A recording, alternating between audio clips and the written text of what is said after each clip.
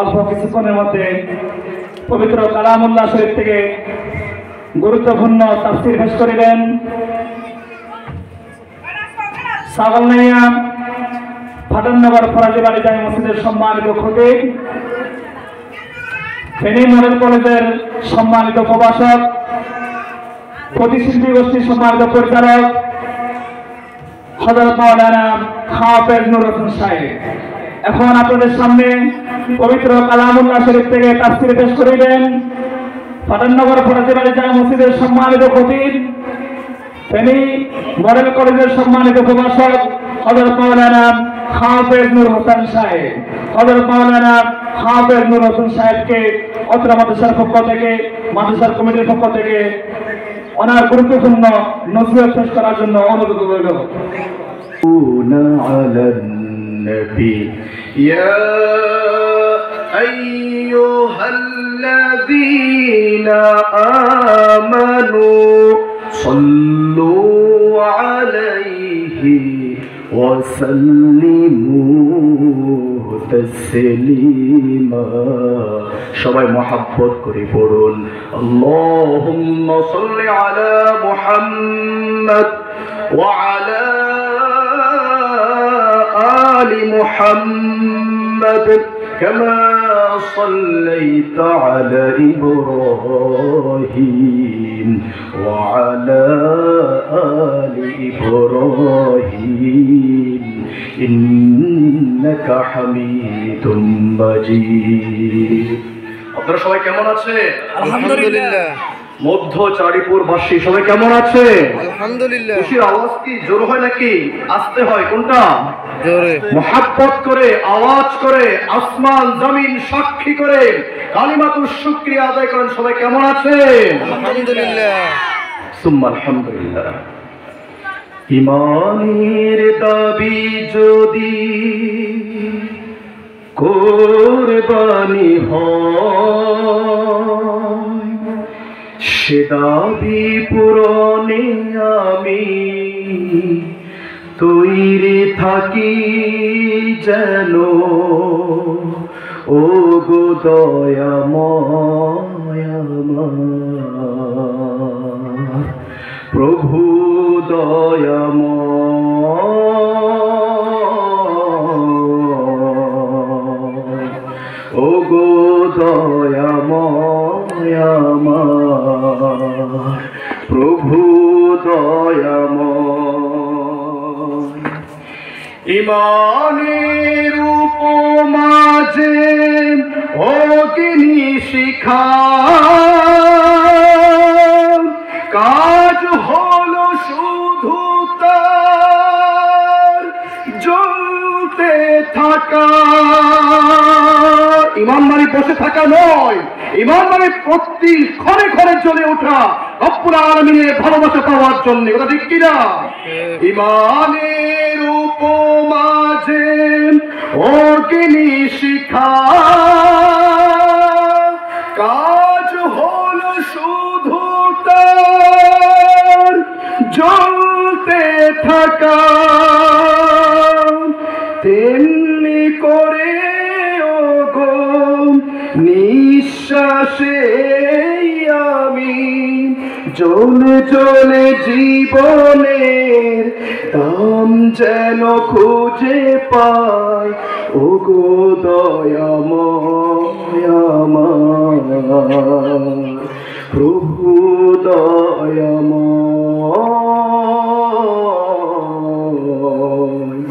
ওগো দয়াময় আমার প্রভু দয়াময়। আমরা সব সময় আমরা কার ভালোবাসা পাওয়ার জন্য অধিক আগ্রহ হয়ে থাকি? আওয়াজ করুন, কার ভালোবাসা পাওয়ার জন্য? দুনিয়ার ভালোবাসা, নেতা খেতা, কোন ব্যক্তি, তাকাব্বুরি অহংকারী কোন জালেমের ভালোবাসা আমরা দুনিয়া পেতে চাই না। আমি ছিলাম না যখন, আমাকে যিনি ভালোবেসেছেন তখন, আমি আছি যখন, আমাকে ভালোবাসছেন যিনি, আমি থাকবো না যখন, আমাকে আপনাকে ভালোবাসবে তিনি। তার নাম কি? আল্লাহ রব্বুল আলামিন। বান্দাকে সৃষ্টি করেছেন অনেক দয়া মহাব্বত ভালোবাসা দিয়ে নাকি অবহেলা করে? জিন জাতির নিষেধাজ্ঞাকে অবমান্য করে, ফেরেশতা নিষেধাজ্ঞা অবমান্য করে রব্বুল আলামিন মানুষ সৃষ্টি করেছেন তার এই জমিনকে আবাদ করার। আপনার ঈমান ঠিক আছে কিনা এটা বুঝার জন্য একটা হাদিস বলবো কিনা, শুনবেন? জি। হযরত উমামা রাদিয়াল্লাহু তাআলা আনহু হাদিসটি বর্ণনা করেছেন। রাসূলুল্লাহ সবাই বলেন সাল্লাল্লাহু আলাইহি ওয়াসাল্লাম বলেন, যখন তুমি একটি ভালো কাজ করবে তোমার ভিতরে ভালো লাগবে, তুমি একটি ভালো কথা বলবে, একটি ভালো কাজ করার জন্য সমাজ দেশ রাষ্ট্রকে উপদেশ দিবে, যখন তুমি নিজে ভালো কাজ করার পরে তোমার ভিতরে ভালো লাগা কাজ করবে, এবং যখন তুমি একটি মন্দ কাজ করবে তোমার ভিতরে খারাপ লাগবে, যখন তুমি সমাজে পরিবারের মধ্যে মন্দ কাজ দেখবে যখন তোমার ভিতরে খারাপ লাগবে, রাসূল বললেন বুঝতে হবে তোমার ঈমানটা সতেজ আছে। সুবহানাল্লাহ বলেন। ঈমানকে সতেজ বুঝার জন্য আলামত হলো কি? ভালো কথা বললে, ভালো কথা শুনলে ভালো লাগে, খারাপ কথা বললে, খারাপ কথা শুনলে, খারাপ গান বাজনা বেহায়াপনা শুনলে যদি ভিতরে খারাপ লাগে, রাসূল বললেন বুঝতে হবে তোমার ভিতরে ঈমানের চেরাগ জ্বলতেছে। সুবহানাল্লাহ বলেন না কেন? সুবহানাল্লাহ। তাহলে আমাদের ঈমানটা যে জায়গায় থাকে সেই জায়গার নাম কি? অন্তর না, কলব না, আত্মা না? তাহলে আমরা যে জান্নাতের বাগানে বসে আছি, একটা দারুস সুন্নাহ হাফিজিয়া মাদ্রাসা মহিফাল এত সুন্দর একটি জান্নাতের বাগানের আয়োজন করেছে, ওয়া আনজালা সাকিনা, আসমান থেকে শান্তি নাযিল হয় এই মাহফিলের স্থল জান্নাতের বাগানের ভিতরে। সুবহানাল্লাহ বলেন। আপনি আমি যদি বেহুদা সময় আড্ডা বাজিয়ে, গান বাজিয়ে, চায়ের আড্ডাখানাতে বসে বসে সময় পাস করে, এটার জন্য কিয়ামতের মাঠে আপনাকে হায়াত কোথায় ব্যয় করেছ জবাবদিহি করা লাগবে। যদি আপনি কোরআনের সুপারিশ পেতে চান কঠিন কিয়ামতের ময়দানে, রাসূল আকরাম সাল্লাল্লাহু আলাইহি ওয়াসাল্লাম বলেন কিয়ামতের কঠিন ময়দানে বাবা ছেলেকে চিনবে না, মা সন্তানকে চিনবে না, একে অপরকে অস্বীকার, কত ভয়ঙ্কর সেই ময়দান। আপনি একবার ঠান্ডা মাথা চিন্তা করে দেখুন, দুনিয়ার বুকে আবুল তাবুল বেহুশ অবস্থায় এদিক সেদিক ঘোরাফেরা না করে হায়াত মোমবাতির মতন দিন দিন গলে যাচ্ছে, বরফের মতন করে আপনার হায়াত গলে যাচ্ছে। আপনি কি একবারের জন্য ভাবছেন না রব্বুল আলামিন আপনাকে দয়া করে মায়া করে দুনিয়ার বুকে সুস্থ রেখেছেন, সুস্থ হায়াত দিয়েছেন, আপনি কেন হেলে দুলে সময়টাকে সেদিক নষ্ট? কঠিন কিয়ামতের ময়দানে কোরআনের সুপারিশ ছাড়া আর কোন ব্যক্তির সুপারিশ গ্রহণ করা হবে না। রাসূলুল্লাহ বলেন সাল্লাল্লাহু আলাইহি ওয়াসাল্লাম, রাসূল বলেন ইকরাউল কুরআন ফাইন্নাহু ইয়াতি ইয়াউমাল কিয়ামাতি শাফিআ। কঠিন কিয়ামতের ময়দানে আপনার আমার জন্য সুপারিশ করবে যেই কিতাবটি, সেই কিতাবের নাম কি? কোরআন। সে কিতাবের নাম কি? কোরআন। আলহামদুলিল্লাহ। শুধুমাত্র কঠিন কিয়ামতের ময়দানে নয়, আপনি যখন, আমি যখন কবরের মধ্যে 40,000 বছর থাকা লাগবে, ওই 40,000 বছর পর্যন্ত যে কোরআন আমাকে আপনাকে পাহারা দিবে, কবরের আযাব থেকে বাঁচাবে, বলুন দেখি সেই কিতাবের নাম কি? ইযা জাআল কুরআন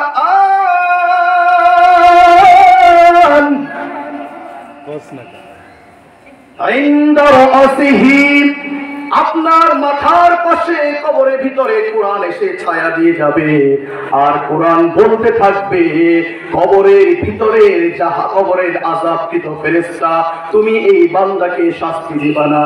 কেননা দুনিয়ার বুকে 60 বছর হায়াতের ভিতরে কোরআনের সাথে ছিল, কোরআনের ছাত্রকে ভালোবেসেছে, কোরআনের বাগান মাদ্রাসাকে ভালোবেসেছে, দারুস সুন্নাহ হাফেজিয়া মাদ্রাসাকে ভালোবেসেছে, মাদ্রাসার কল্যাণে কাজ করেছে।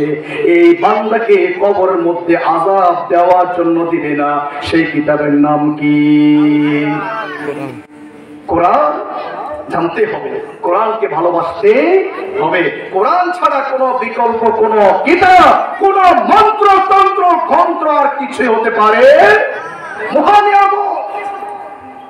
মহাগ্রন্থ আল কোরআন। আজকে জাতি বুঝলো না। আল্লামা ইকবাল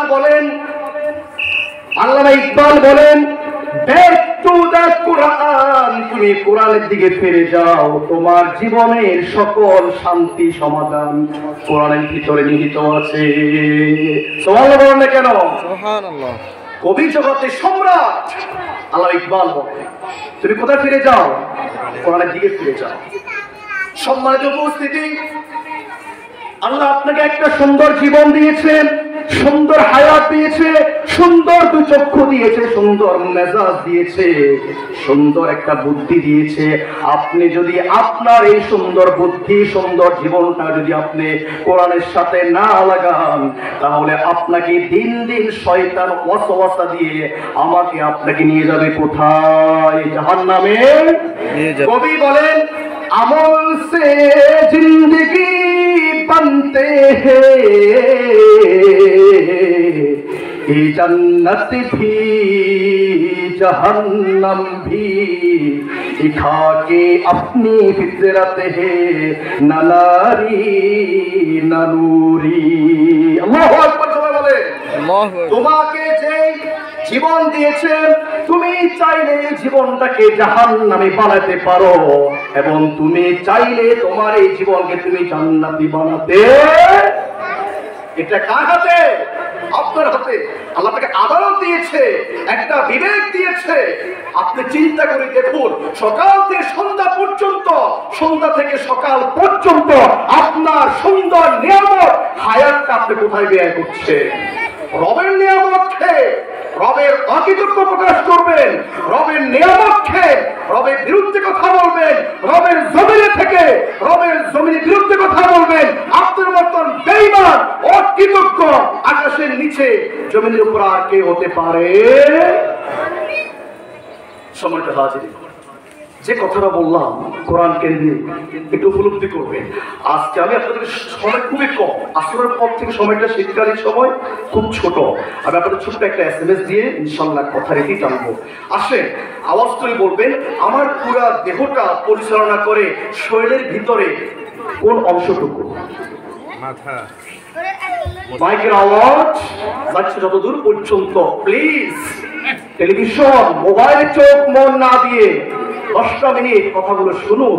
কোন কথা কোন সময় আপনার হৃদয়ের মধ্যে ঢুকার সাথে সাথে আসমান থেকে হেদায়েত নাযিল হয় বলা যায় না। একটু কানটাই দিক দেন। আর সবাই জান্নাতের বাগানের মধ্যে এসে অবস্থান করে, জান্নাতের বাগান কোনো সন্দেহ নাই, হাদিসের মধ্যে পরিপূর্ণ এই বিষয়ে আলোচনা করা আছে। তাহলে আমরা বলবো আমার পুরো শরীরটা ভালো থাকে। বলেন দেখি কোন জিনিসটা ভালো থাকলে পুরো শরীরটা ভালো লাগে, উৎফুল্ল লাগে, আবেগ কাজ করে, আনন্দ কাজ করে, উচ্ছ্বাস কাজ করে? শরীরে কোন অংশ ভালো থাকলে? মন না? মন না? যদি মন ভালো থাকে আমার কি পুরো শরীরটা ভালো থাকে। যদি মন খারাপ থাকে, লক্ষ টাকা দিলেও আমার কিন্তু মনের মধ্যে শান্তি লাগে না। এই মনটাকে তাফসীর কারকেরা 3 ভাগে ভাগ করেছেন। কয় ভাগে? 3 ভাগে। যদি মন ভালো রাখতে চান অবশ্যই আপনি কোরআনের সাথে আপনাকে লাগতে হবে। কোরআনের সাথে যে যে লিখছে ওই ব্যক্তিকে আবু বকর, ওমর, ওসমান আলী বানিয়ে দিয়েছেন কে? যে অন্তরকে ভাগ করে কয় ভাগে? 3 ভাগে। নাম্বার 1 হলো ভালো মন। কোন মন? নাম্বার 2 খারাপ, খুবই খারাপ। যে অন্তরগুলো মূল্যবোধ করে জাহান্নাম ফেরেশতা এসে জাহান্নামের কাপড় দিয়ে তার আত্মাটাকে নিয়ে যাবে। এত খবিশ আত্মা, খবিশ মন। আর 3 নম্বর মনটা হচ্ছে জানেন, আমরা কারা কারা কারা ভালো কাজ করি, খারাপ কাজ করি। বছরে একবার মাহফিল আয়োজন করেছে মাওলানা কাউসার হামিদ। আপনি যদি এটার গুরুত্বকে হেরা অবহেলা মনে করেন, ওই 2 নম্বর খবিশ। কত নম্বর খবিশ আত্মা? আত্মা 3 প্রকার, ভালো আত্মা, খারাপ আত্মা, আরেকটা কি ভালো করে খারাপও করে। ভালো লোক আছে, খারাপের সাথেও আছে, আওয়ামী লীগের সাথেও আছে, আবার কি বিএমপি জামাত শিবিরের সাথেও আছে না। মানে মুজাব যাবি না, বুঝতে পারি না সে আগে কোন দল করে। যেদিকে বৃষ্টি ওইদিকে ছাতা, যখন যার ক্ষমতা আমরা কি সবাই তার স্লোগান গাই নাকি? এমন খবিশ নফসকে জাহান্নামে আল্লাহ নিক্ষেপ করবে। নফস কয় প্রকার, আত্মা কয় প্রকার? রব্বুল আলামিন প্রথম আত্মা হলেন কুরআনুল কারীমের 89তম সূরা, সেই সূরা 27 নম্বর আয়াত রব্বুল আলামিন বলেন, ইয়া আইয়াতুহান নাফসুল মুতমাইন্না, হে পবিত্র আত্মা, হে প্রশান্তিময় মন, পবিত্র মন, পবিত্র আত্মা, যে আত্মার মধ্যে দুনিয়ার কোনো ভালোবাসা, কোনো নেতা খেতার ভালোবাসা ঢুকতে পারে না, শুধুমাত্র একজনের ভালোবাসা ঢুকবে, সে ব্যক্তির নাম কি? আবু বকর রাদিয়াল্লাহু তাআলা আনহু যখন আয়াতটা নাযিল হলো, ইয়া রাসূলুল্লাহ, আল্লাহ প্রশান্তি আত্মা বলে ডাক দিবেন, এরা কারা? আমাদের প্রথম খলিফা কি বলে? ইয়া রাসূলুল্লাহ, ইয়া আইয়াতুহান নাফসুল মুতমাইন্নাহ, প্রশান্তিময় আত্মা, কল্যাণময় আত্মা, ভালো আত্মা, ভালো মন। আল্লাহ ডাকবেন ডেকে ডেকে, কোথায় ঢুকাবেন? জান্নাতে। কোথায় ঢুকাবেন? জান্নাতে। জান্নাতের মধ্যে ঢুকাবেন। সুবহানাল্লাহ বলেন না কেন? আর রাসূল বলেন, আবু বকর, সে আত্মার মধ্যে তুমিও আছো। সুবহানাল্লাহ বলেন।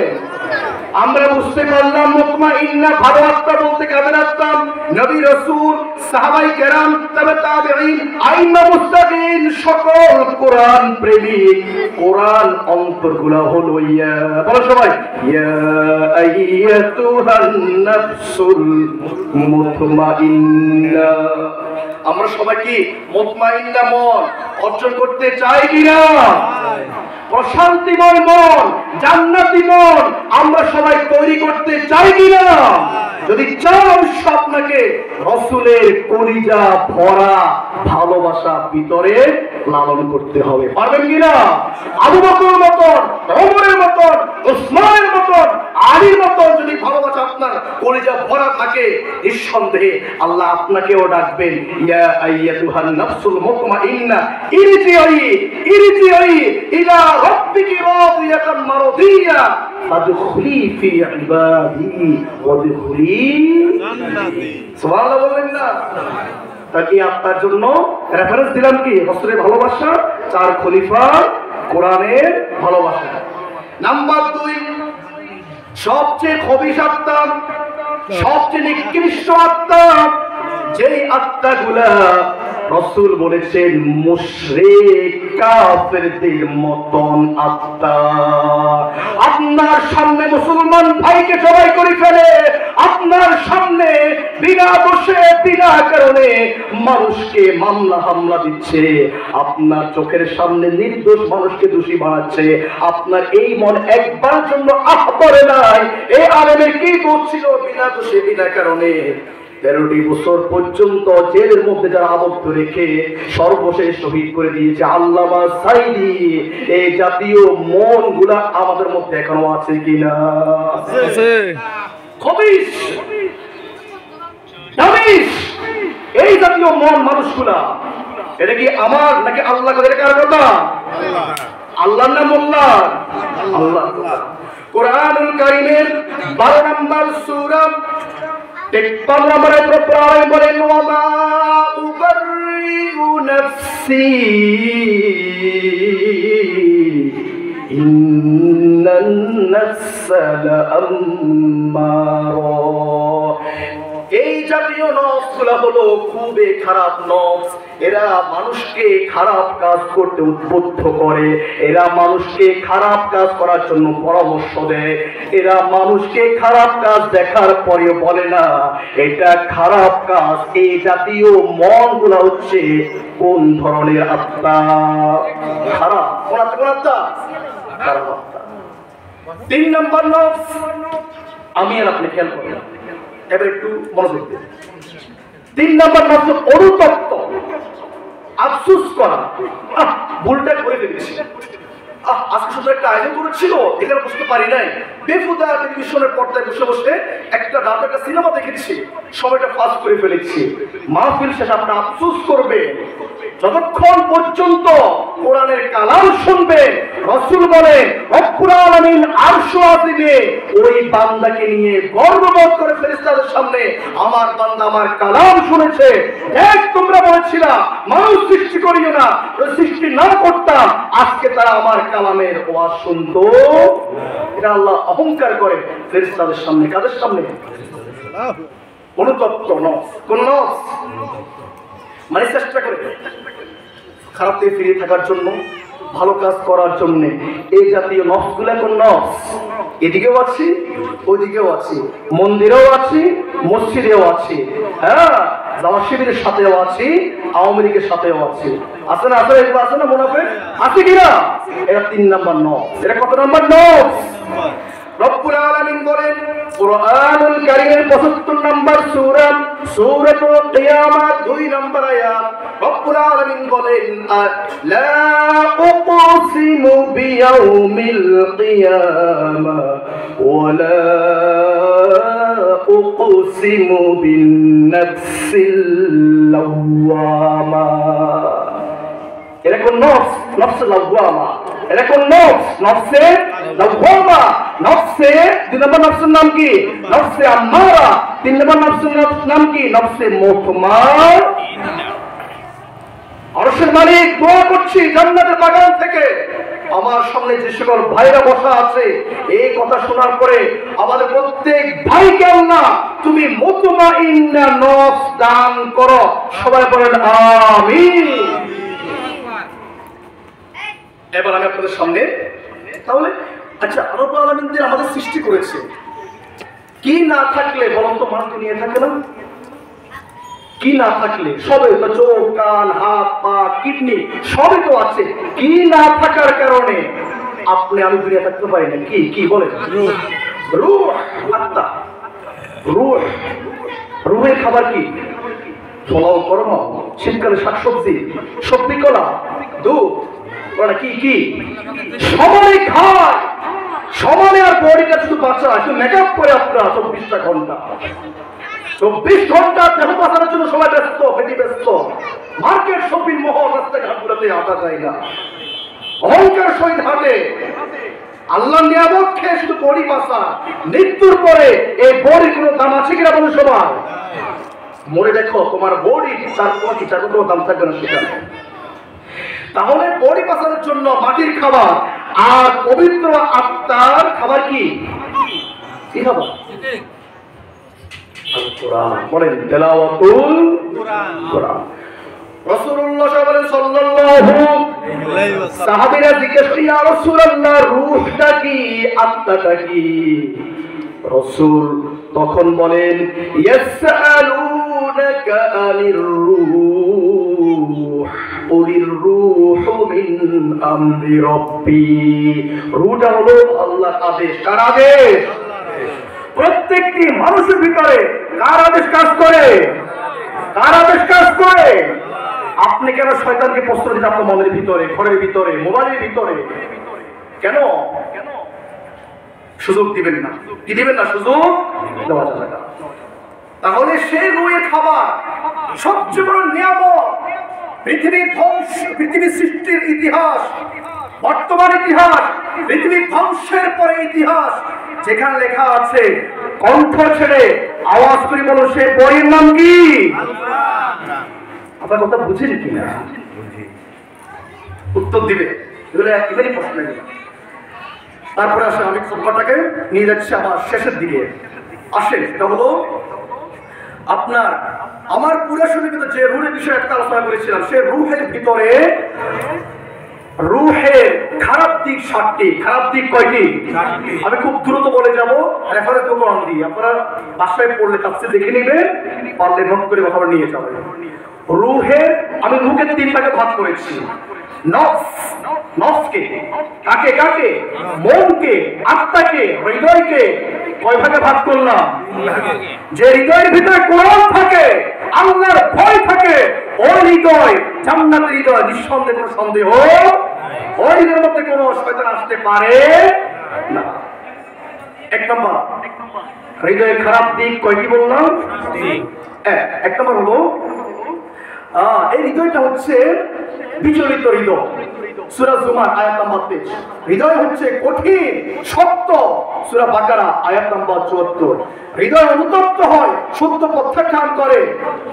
সূরা আরাফ 179 নম্বর আয়াতে আল্লাহ সেখানে বলেছেন হৃদয় হচ্ছে সমস্ত প্রকার ব্যাধি রোগের উৎস। সূরা মাইদা আয়াত নাম্বার 32। হৃদয় হচ্ছে সকল ঈমান এবং মুনাফিকের আশ্রয়স্থল। সূরা মাইদা 41 নম্বর আয়াত আল্লাহ বলেন হৃদয় হচ্ছে সকল ভালো মন্দ কেন্দ্রস্থল। আল্লাহ বলেন সূরা রদ 18 নম্বর আয়াতের ভিতরে। তারপর আসেন হৃদয়ের ভালো দিক 4টি। কয়টি? হৃদয়ের ভালো দিক কয়টি? 4টি। 1 নম্বর হলো যন্ত্রণা। কারা? যন্ত্রণা শক্তি হোক আপনার সূরা তাগাবুর আয়াত নাম্বার 77। 2 নম্বর হৃদয়ের ক্ষমা হোক। হৃদয়কে আপনার ক্ষমা করতে হলে আপনার পড়তে সূরা আল হাদীদ আয়াত নাম্বার 27। হৃদয় ভাতৃসুলভ ভালোবাসার জায়গা, সেটা আপনি নষ্ট করবেন না মুনাফিক ভালোবাসা দিয়ে। সূরা আনফাল আয়াত নাম্বার 63। 4 নম্বর হৃদয়ের তাকওয়া দিয়ে ভরে উঠুক, তাহলে সেই হৃদয়ের মধ্যে খারাপ ঢুকতে পারে। সূরা হুজরাত আয়াত নাম্বার 3। হৃদয়ের এদিকেও না ওদিকেও না, আমি আর আপনি কথা খেয়াল করে 3টা কয়টা? ভালোটা ভালো বলে, খারাপকেও ভালো বলে, এই জাতীয় শয়তান আছে কিনা আমাদের ভিতর? আছে কিনা? তারা 3 ধরনের। 1 নম্বর হলো সন্দেহ, দুদুল্য মনতা। এই যে আমি কাজটা করতে ভালো করছিল, অন্ত যাওয়ার শিবের সামনে আইবো, মনে হয় কাজটা ভালো করতো না, করে কিনা? করে কিনা? এই বিষয়ে সূরা তাওবা আয়াত নাম্বার 45। 2 নম্বর হলো অনুতাপ করা। আমি কেন সারা জীবন গুমরাহির মধ্যে ছিলাম, স্কুল কলেজ ভার্সিটি সব পড়া শেষ করে ফেললাম, কেন মাদ্রাসায় এসে একটা সূরা শিখতে পারলাম? আফসোস করবে, তাজ্জুব করবে, লাভ হবে। সূরা ইমরান আয়াত নাম্বার 156 নম্বর আয়াত। 3 নম্বর হলো রাগ, ক্ষোভ, ক্রোধ সব তৈরি হয় এই অন্তর থেকে। সে অন্তর বিষয়ে আলোচনা করে সূরা তাওবা আয়াত নাম্বার 15। রাসূল বলেন ইযা সলুহা সলুহাল জাসাদু কুল্লুহু ওয়া ইযা ফাসাদাত ফাসাদ কুল্লুহু আলা ওয়াহিয়াল কলব। যে ব্যক্তির কলবটা সুস্থ থাকবে, কোরআন দিয়ে থাকবে, পুরা দেহটা সুস্থ থাকবে, পুরা সমাজ পরিবার সুস্থ থাকবে। যার কলব নষ্ট হয়ে যাবে, সে নিজে নষ্ট হয়ে গেল, সে যেখানে যাবে সেখানে সে নষ্ট বানিয়ে ছাড়িয়ে দিবে। রব্বুল আলামিন আমাদের সকলকে হৃদয়কে, শরীরের ইঞ্জিনকে, শরীরের মিজানকে যেন ঠিক রাখতে পারি। ঠিক রাখতে পারলে আপনার আমার দ্বারা এই সমাজে, এই দেশের মধ্যে আগামীতে আর কোনো খারাপ সন্ত্রাস, সাদাবাজি, মদ, সুদ, ঘুষ আর চলবে। আল্লাহ আমাদের সকলকে হৃদয়কে ঠিক করা, হৃদয় দিয়ে আল্লাহ রাসূলকে, কোরআনকে ভালোবাসা, ইসলামের জন্য জীবন দেওয়া, সবাইকে সে তৌফিক দান করুন। সবাই বলেন আমিন। ওয়া আখিরু দাওয়ানা আলহামদুলিল্লাহি রাব্বিল আলামিন। আসসালামু আলাইকুম ওয়া রাহমাতুল্লাহি ওয়া বারাকাতুহু। ওয়া আলাইকুম আসসালাম।